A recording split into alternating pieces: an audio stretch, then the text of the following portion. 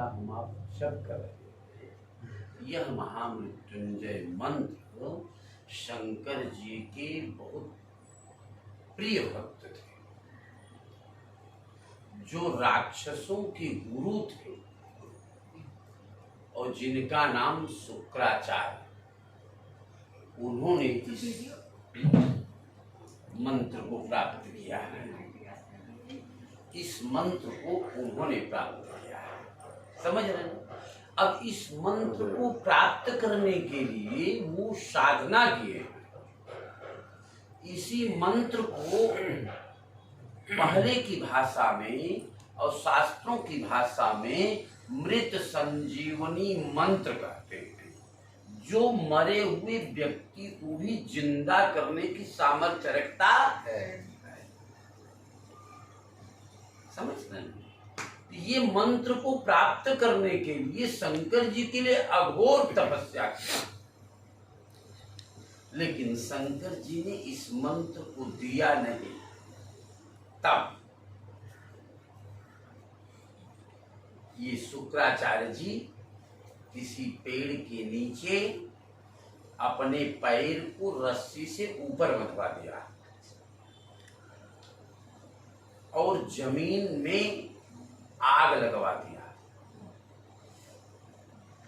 ऐसी स्थिति में शुक्राचार्य जी ने शिव के लिए घोर तपस्या किया। ऐसी तपस्या किसी ने नहीं किया है।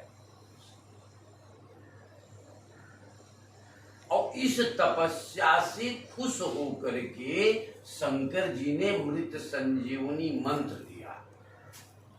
और मृत संजीवनी मंत्र देने के बाद में उस शुक्राचार्य से शंकर जी ने ये कहा कि इसका दुरुपयोग कभी मत करना।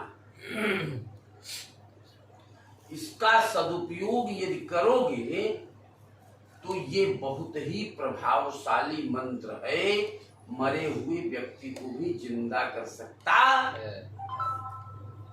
लेकिन चूंकि शुक्राचार्य देवताओं के पक्ष से नाराज होकर के दैत्यों का गुरु अपने आप बनने की स्वीकृति दे दी थी और उन्होंने देवताओं के विरोध में दैत्यों का कितना सहयोग करेंगे, उन्होंने सामने से कह दिया कि हम देवताओं को परेशान करने के लिए जो भी मुझे करना होगा वो भी करने को तैयार।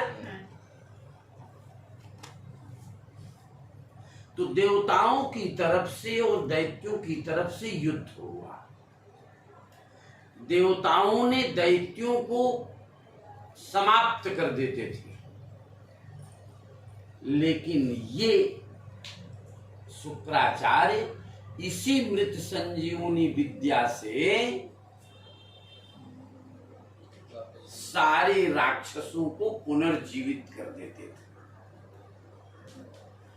इस नाते शंकर जी ने एक बार, दो बार, तीन बार इनको आगाह किया। किसको?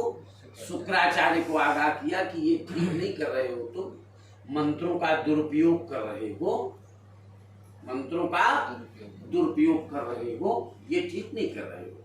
अगर ऐसा करोगे तो इसका परिणाम तुम भोगोगे। लेकिन फिर भी शुक्राचार्य माना। अब शुक्राचार्य जब माना नहीं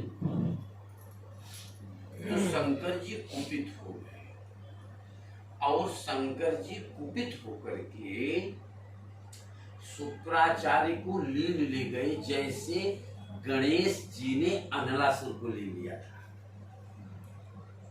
समझ रहे? लेकिन चूंकि शुक्राचार्य इस मृत संजीवनी विद्या का मनन प्रत्येक क्षण करता था, उस मृत संजीवनी विद्या के कारण शुक्राचार्य अजर और अमर हो गया। शंकर जी के पेट में है फिर भी वो मृत्यु प्राप्त नहीं कर पाया।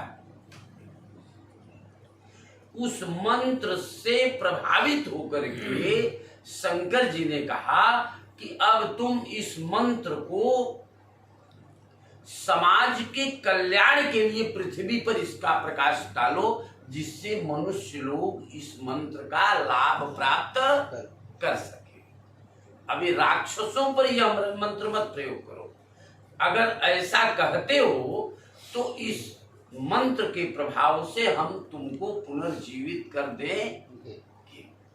समझ रहे ना? तो अंदर ही शंकर जी के पेट में ही उसने वचनबद्धता दी कि मैं समाज में जो ग्रहों के द्वारा प्रताड़ित लोग होंगे, जो एकदम मृतप्राय व्यक्ति होगा, उसके लिए मैं इस मृत संजीवनी विद्या का प्रचार प्रसार करूंगा। इस बार आप मुझे निकाल दीजिए। अब इसका दुरुपयोग मैं राक्षसों के निमित्त कभी,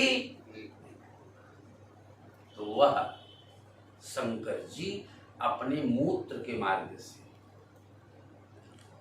शिष्य के मार्ग से इनको बाहर कर दिया।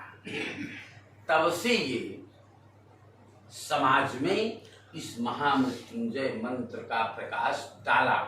जैसे अब ये महामृत्युंजय मंत्र में इतनी ताकत होती है कि अमेरिका में एक बार वैज्ञानिकों ने, डॉक्टरों ने इसका अनुसंधान किया, इसका प्रयोग किया कि 2 वार्ड हैं, जैसे एक वार्ड ये हुआ, एक वार्ड वो हुआ, दोनों वार्ड में कैंसर के रोगी दोनों वार्ड में थे। एक वार्ड में तो ब्राह्मणों को बैठा दिया गया महामृत्युंजय बोलते वक्त, जो दवा इस वार्ड में चल रहा था वही दवा उस वार्ड में भी चल रहा था, और एक वार्ड के लोगों के लिए महामृत्युंजय मंत्र का जप करने के लिए ब्राह्मणों को बैठा दिया गया, और दूसरे वार्ड के लोगों के लिए महामृत्युंजय का मंत्र नहीं जपा जा रहा था। लेकिन जिस वार्ड के लोगों के लिए महामृत्युंजय मंत्र जपा जा रहा था, उस वार्ड के लोग 99% स्वस्थ हो गए और अपनी लंबी आयु को भी प्राप्त किए। देखिए, मृत्यु लोक में जन्म लेने के बाद में मृत्यु तो हर व्यक्ति की होती है, इसमें कोई संदेह नहीं। लेकिन मृत्यु हो समय पर, जैसे 4 युग है, जो पहला युग था उसमें